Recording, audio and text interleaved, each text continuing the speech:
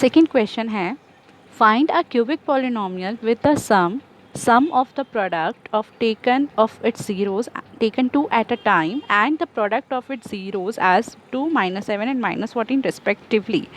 यहाँ ये चीज़ बहुत ज़रूरी है समझने के क्वेश्चन में बोला क्या गया है। देखिए क्वेश्चन में बोला है कि आपको सबसे पहले दिया हुआ है सम इज़ 2। आपको पता है क्यूबिक पॉलिनोमियल है, सो पहले मैं क्यूबिक पॉलिनोमियल के ज़ीरोज़ लिख लेती हूँ कि क्यूबिक पॉलिनोमियल के जो ज़ीरोज़ होते हैं वो होते हैं alpha, beta and gamma are the zeros of cubic polynomial। अब देखिए आपको पता चल गया कि ये इसके ज़ीरोज़ होते हैं। अब हमें बोला गया है पहले इनका सम मतलब इनका सम मीन्स इन तीनों को हम क्या कर देंगे प्लस, ये आपको दिया हुआ है 2। ओके, आगे है sum of the product of its zeros taken 2 at a time, मतलब 2 ज़ीरोज़ को एक टाइम पे लेकर उनका प्रोडक्ट निकालो। तो पहले मैं दोनों को एक साथ लिख के देख लेती हूँ क्या क्या बनते हैं। एक बन गया अल्फ़ा बीटा, 2 ज़ीरोज़ एक साथ लिए, एक बारी बीटा गामा बन जाएगा एंड एक बारी अल्फ़ा गामा। और बोला क्या हुआ है, इनका सम मतलब इनके बीच में प्लस का साइन, ये आपको कितना दिया हुआ है -7 and product of its zeros मतलब अल्फ़ा बीटा गामा इज़ -14। तो मैंने क्या करा, सबसे पहले जैसे क्वेश्चन में जो दिया था मैंने उसको नोट कर लिया है। अब मुझे पता है इनका एक फॉर्मूला होता है, इनकी एक आइडेंटिटी होती है alpha plus beta plus gamma. ये आपको दे रखा है -2 और alpha plus beta plus gamma को हम क्या लिखते हैं -b/a लिखते हैं। यह आपने फॉर्मूला आपको याद होना चाहिए, ये बहुत इंपॉर्टेंट फॉर्मूला है अगर इस टाइप के क्वेश्चन आते हैं क्यूबिक पॉलिनोमियल वाले। तो अब देखेंगे आप इसके अंदर आपको दिया हुआ है alpha beta plus beta gamma plus alpha gamma, जिसकी वैल्यू आपकी होती है c/a विच इज़ -7। इधर -7 दिया हुआ है ये, ठीक है। एंड अल्फ़ा बीटा गामा जो कि होता है -d/a, ये आपको दिया हुआ है -14। यहाँ तक करने के बाद अब आपका क्वेश्चन कुछ भी नहीं रह गया है, बहुत इजी है आगे क्वेश्चन। देखिए किस तरीके से इजी बना।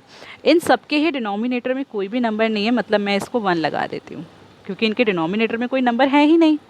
अब आप देख रहे हैं यहाँ पे ये है -b/2। अगर मैं इसको कंपेयर कर लूँ, देखो a की तो आपकी सीधी सी वैल्यू निकल गई 1, क्योंकि a की जगह पर तो हर किसी में क्या आ रहा है 1 ही आ रहा है। अब अगर मैं इसको कंपेयर करती हूँ, ये है -b में 2, तो ये माइनस का साइन उधर चला गया तो आपकी b की वैल्यू आ गई -2। एक ये हो गया आपका, a भी निकल गया, b भी निकल गया। c में है -7, इसको भी अगर हम रखते हैं तो ये तो सीधे सीधे c की वैल्यू आ चुकी है। यहाँ से अगर हम d निकालते हैं, ये आ गया आपका -d -14। माइनस से माइनस आपका कैंसिल आउट हो गया और d की वैल्यू आपकी आ गई 14। तो मुझे यहाँ पे ये वैल्यूज़ पता चल गई हैं दैट a आपका हो गया है 1, b आपका हो गया है -2, c आपका हो गया है -7 एंड d आपका हो गया है 14। अब इसके बाद क्या करना है, देखिए अब इसके बाद जो क्यूबिक पॉलिनोमियल होगा वो किस तरीके से बनेगा। एज़ यू नो, जो क्यूबिक इक्वेशन होती है वो इस फॉर्म में होती है ax³ + bx² + cx + d, right. अब जो मैंने a b c d की वैल्यू निकाली है, मुझे इस इक्वेशंस में, इन इक्वेशन के अंदर पुट कर देनी है सारी वैल्यूज़। a की जगह पर आपका आ जाएगा 1, तो 1 तो हम लिखते नहीं, तो ये तो एज इट इज़ आ गया x³ प्लस b की वैल्यू आपकी माइनस में है, सो ये क्या आ जाएगा प्लस, पहले मैं ऐसे ही लिख देती हूँ, प्लस b की वैल्यू आपकी -2 हो गई x² प्लस c की वैल्यू आपकी है -7 इंटू x प्लस d की वैल्यू आपकी है 14। ओके, ये बहुत इजी चीज़ है, देखिए आप समझ सकते हो ना। a b c d आपने निकाल दिया, जस्ट आपको फिर इक्वेशन में पुट करना है।